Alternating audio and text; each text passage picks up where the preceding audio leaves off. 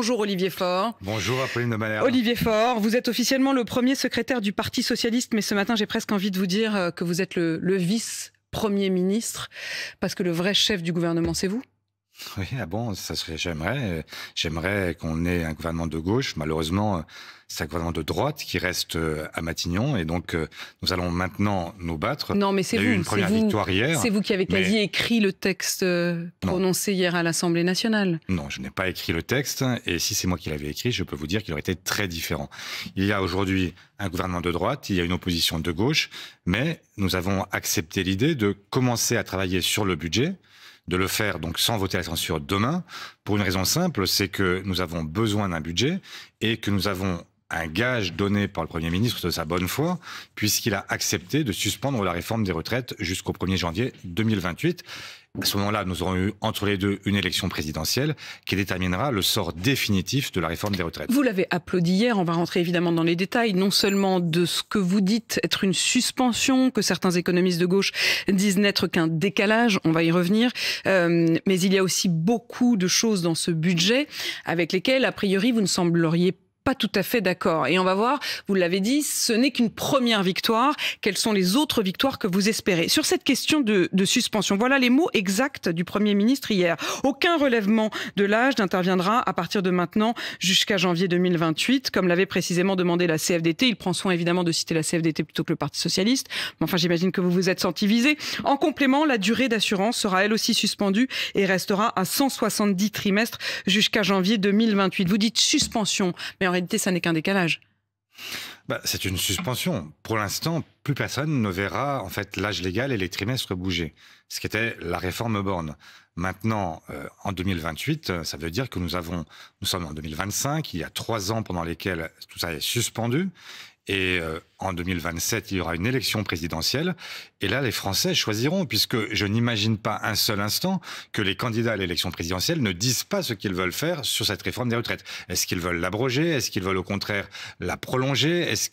Et à ce moment-là, on aura en fait une légitimité pour le prochain président à réaliser une réforme ou à prolonger celle-ci, puisqu'il aura été élu par les Françaises et les Français. On a presque l'impression à vous entendre, Olivier Faure, que c'est le début de la campagne présidentielle.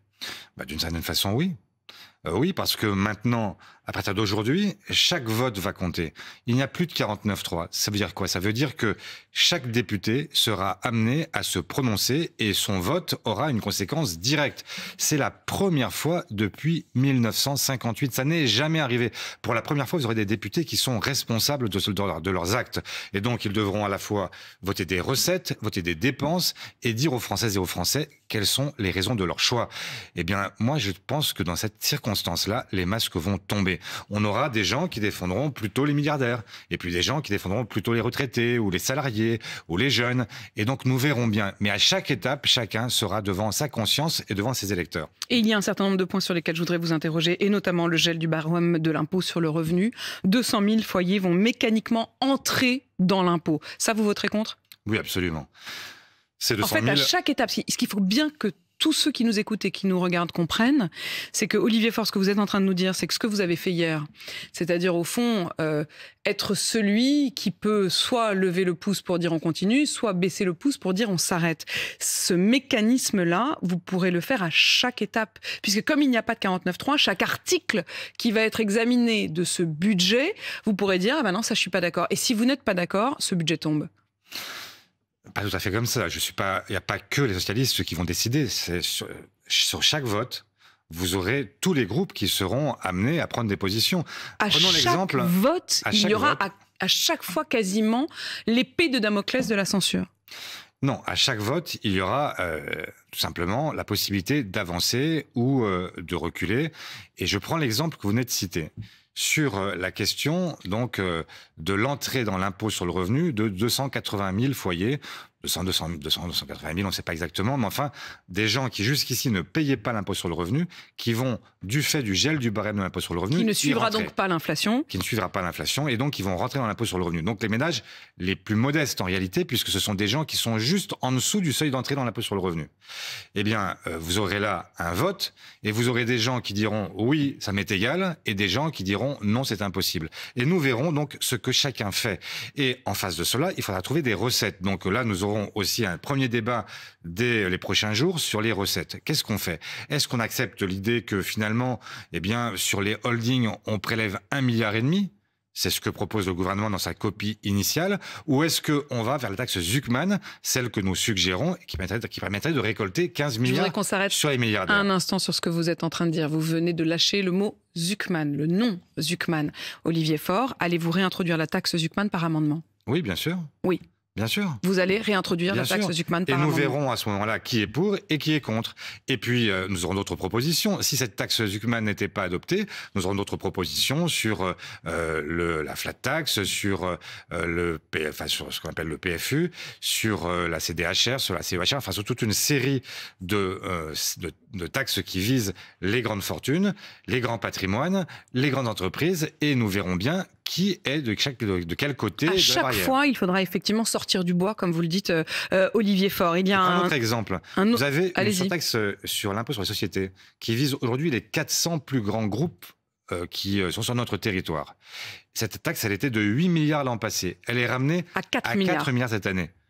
Par exemple, on verra ceux qui sont prêts à la laisser à 4 milliards comme le veut le gouvernement, ou ceux qui disent ils ont payé 8 milliards l'an passé, ils ne sont pas morts, et bien ils peuvent payer ces 4 milliards supplémentaires. Ça permettrait par exemple d'éviter notamment l'entrée dans l'impôt sur le revenu de ces ménages modestes. Vous allez donc remonter à 8 milliards cette assiette-là. Nous le proposerons et nous verrons après. C'est la démocratie. Nous avons, ou les Français plus exactement, ont l'an passé choisi des représentants. Et nous n'avions jamais autant voté depuis 40 ans. Donc ce Parlement, il est parfaitement légitime. Et c'est à chacun maintenant de se prononcer. Il y a un autre gel, c'est le gel des prestations sociales, des minima sociaux et notamment du RSA. Est-ce que là aussi, vous allez vous y opposer? Oui, bien sûr. Vous vous opposerez à ce point-là. Les franchises médicales qui vont être doublées, vous vous y opposerez. Oui. Donc vous vous opposerez à cette question du non-remboursement, le Doliprane par exemple, qui allait devenir quasiment à la charge des malades. Oui, bien sûr. Vous vous y opposerez. La question des services publics, il y a un gel du budget d'un certain nombre de services publics. Est-ce que là aussi, vous vous y opposerez? Oui, il faut voir dans les détails ce que ça comprend, mais effectivement, moi je souhaite que l'hôpital fonctionne. Donc ça veut dire qu'à la fin, ce budget déposé par Sébastien Lecornu, il n'en restera pas grand-chose. Mais le Premier ministre lui-même a dit, c'est ma copie initiale, ce ne sera pas la copie d'arrivée. J'ai compris aussi hier qu'il disait que la trajectoire budgétaire qu'il fixait n'était pas exactement celle qui était la trajectoire initiale dans son projet de budget. Si on parle de technique 2 secondes, pour l'instant, il veut réduire le déficit à 4,7 points de PIB et il a dit, je suis prêt à revenir à 5. Ça veut dire quoi? Ça veut dire qu'entre les deux, il y a 9 milliards d'économies en moins. Ça veut dire que là où on pourrait prélever sur tous ces gens qu'on vient d'évoquer, parce que ce sont des gens et non pas simplement des chiffres, eh bien, on pourrait là récupérer 9 milliards. Si nous augmentons les recettes, il y a là peut-être la possibilité de faire 10, 15 milliards de différence et donc de faire en sorte que demain, on ait un budget qui soit un budget plus juste que ce qu'il est aujourd'hui. Ça veut dire que vous respecterez...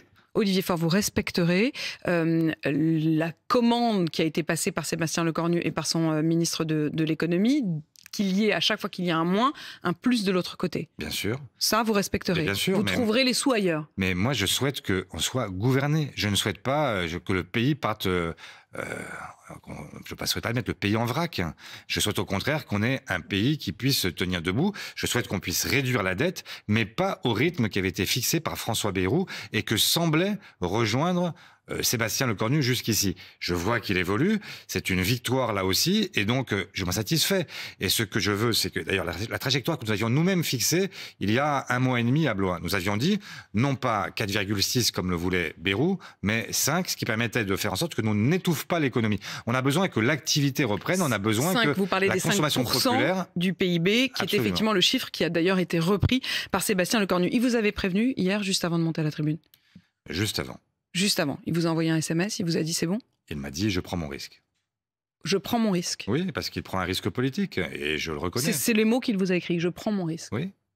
C'est pour ça que vous avez applaudi ensuite lorsqu'il l'a prononcé. J'ai applaudi quand j'ai entendu l'ensemble des phrases qui permettaient de comprendre qu'il s'agissait non seulement d'une suspension de l'âge légal, mais aussi des trimestres pour qu'il n'y ait pas en fait de leurre sur la nature de ce qu'était l'engagement du Premier ministre. Lorsque Bruno Retailleau dit hier, ce gouvernement s'est mis entre vos mains entre les mains du Parti socialiste. Il a donc raison. Non, il s'est mis entre les mains des Français.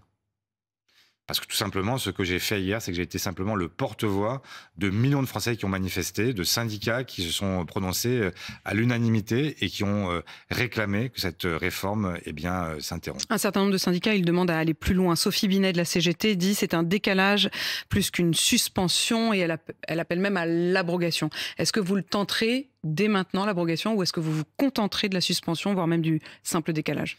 Mais le débat sémantique sur décalage-suspension, je trouve qu'il n'a aucun sens. Il y a bien une suspension au sens où tout est interrompu.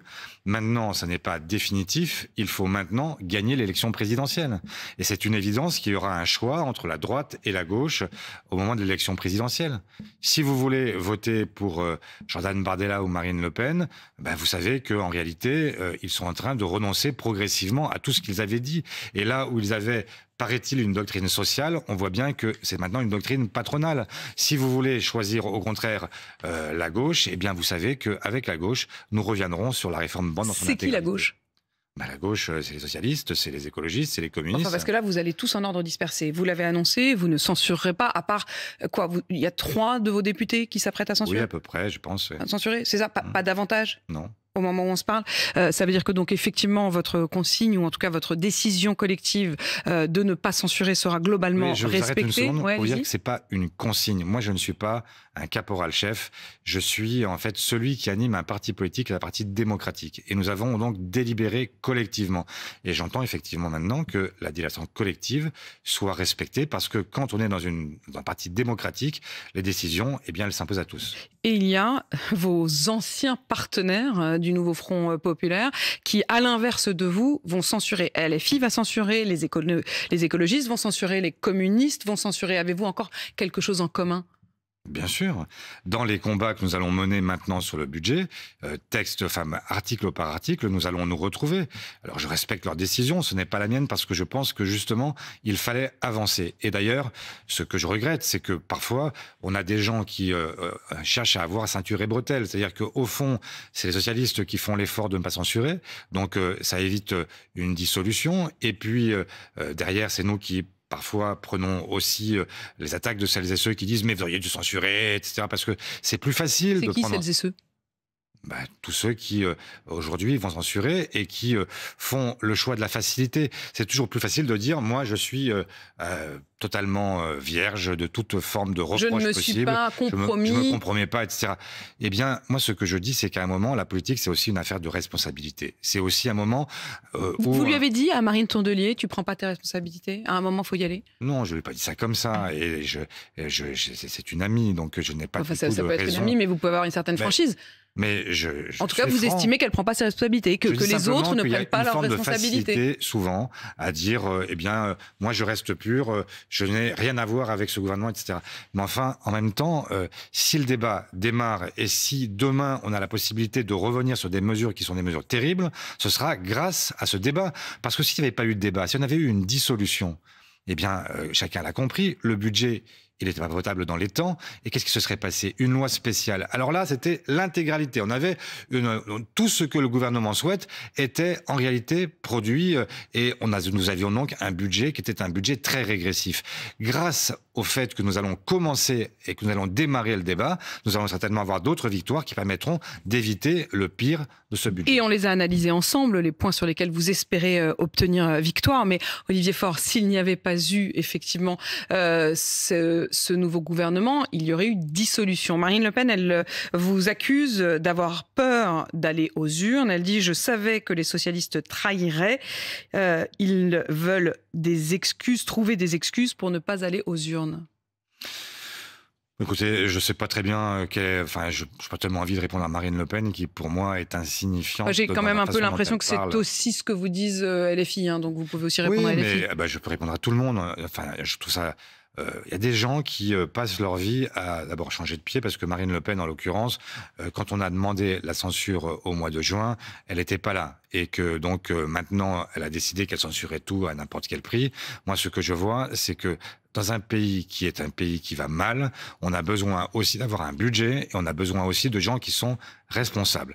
Bon, pour le reste, est-ce qu'on s'est fait acheter? Pas du tout. Vous voyez bien que ce que je vous dis ce matin, c'est que je n'ai pas échangé à partir du moment où il y avait la suspension, j'ai pas acheté le budget. C'est tout le contraire. Je vous dis que je vais me battre désormais pied à pied et nous verrons bien qui de la droite et de la gauche obtient en fait satisfaction article par article. Olivier Faure, je parlais à l'instant des insoumis, des écologistes et des communistes.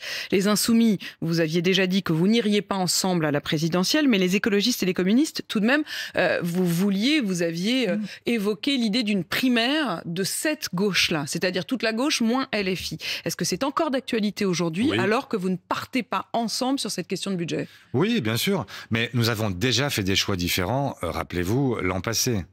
Et ça n'avait pas empêché derrière que socialistes, écologistes, communistes se retrouvent. Et j'espère bien que nous allons continuer à travailler ensemble, parce qu'il peut y avoir des différences d'appréciation à un moment donné.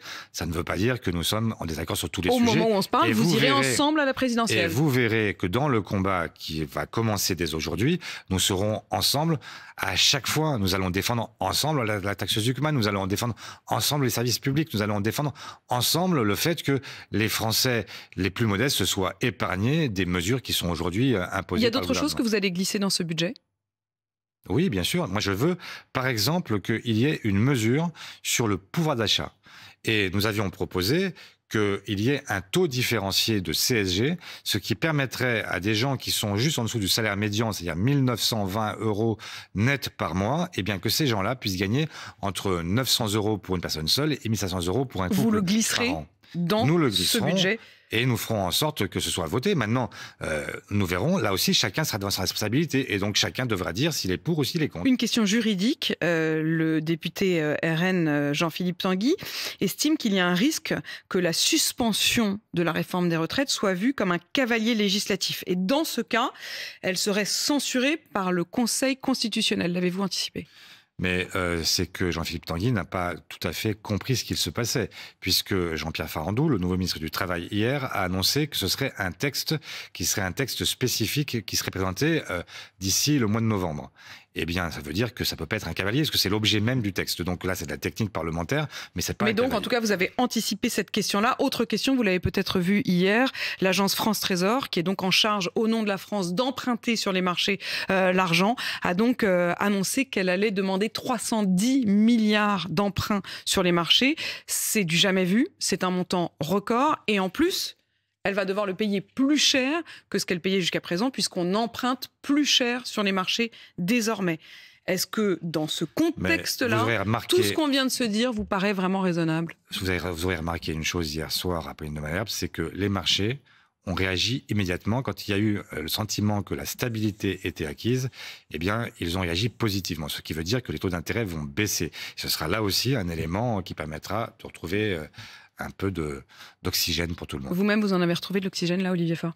Je ne sais pas si j'ai retrouvé de l'oxygène, mais je pense que les Français retrouvent de l'oxygène quand ils ont le sentiment qu'il y a des gens qui, aujourd'hui, se préoccupent d'eux avant de se préoccuper de leur prochaine présidentielle. Merci Olivier Faure. Avant de se préoccuper de la prochaine présidentielle, mais cela dit, vous l'avez quand même reconnu, c'est comme si l'élection présidentielle commençait aussi aujourd'hui, la campagne et le débat. Olivier Faure, premier secrétaire du Parti socialiste, merci d'avoir répondu à mes questions.